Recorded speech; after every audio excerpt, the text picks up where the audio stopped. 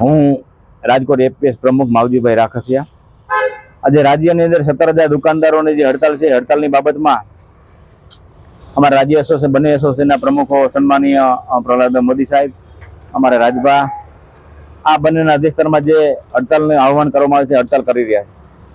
હું સૌપ્રથમ કહેવા માંગુ છું, સ્પષ્ટતા કરી દઉં કે હડતાલ છે સીધી અમે હડતાલ કરી નથી. છેલ્લા 1 વર્ષથી અમે સતત અમારા જે પડતર પ્રશ્નો છે, પ્રશ્નોને અનેક વાર લેખિત રજૂઆત કરેલી છે. અમે રૂબરૂ મળીને પણ મળેલી છે, રજૂઆત કરેલી છે.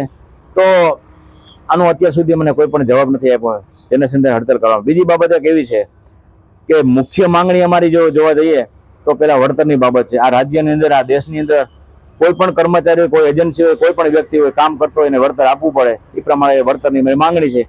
અમારી જે મિનિમમ કમિશન 20,000 છે, 20,000માં પણ 97% એક નિયમ નાખ્યો છે કે 97% વિતરણ થાય તો જ તમારે 20,000 મળે. જો 97% વિતરણ ન થાય તો તમારે 8,000 કે 7,000 રૂપિયા જ આવે. તો આમાં તમારે 5-7,000 આમાં નાખવા પડે. આ નિયમ દૂર કરીને એમાં 90% કરવામાં આવે.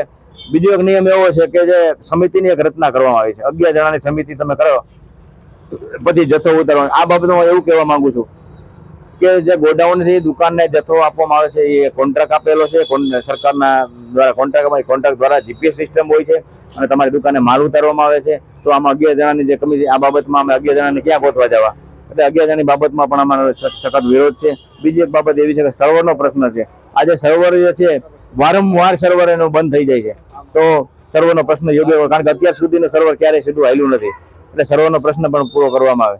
બીજી એક બાબત એવી છે કે દુકાનદારનો અંગૂઠો હોય તો જ તમારું વિતરણ ચાલુ થાય. તો એની બદલે અન્ય જગ્યાએ ઓટીપી થી અથવા અન્ય વ્યક્તિને દ્વારા અંગૂઠો કરવામાં આવે. આ પણ એક બાબત છે. એટલે આ તમામ બાબતોને જોતા અમારી એક વિનંતી એવી છે કે સરકાર જલ્દી એનું નિરાકરણ લઈ આવે. કારણ કે અમારા જે 17,000 દુકાનદાર ત્રાહિમામ પોકારી ગયા, બહુ કંટાળી ગયા છે. એટલે રાજ્યની અંદર જે હડતાલ કરવામાં આવી છે, આ અમારા હકની લડાઈ છે, અમારા અસ્તિત્વની લડાઈ છે. અને છેલ્લે અમને જે સંવિધાનમાં જે અમે હડતાલનો કે આંદોલનનો જે અમને એક અધિકાર મળ્યો, છેલ્લે અમારે આંદોલન માર્ગે જવું પડ્યું.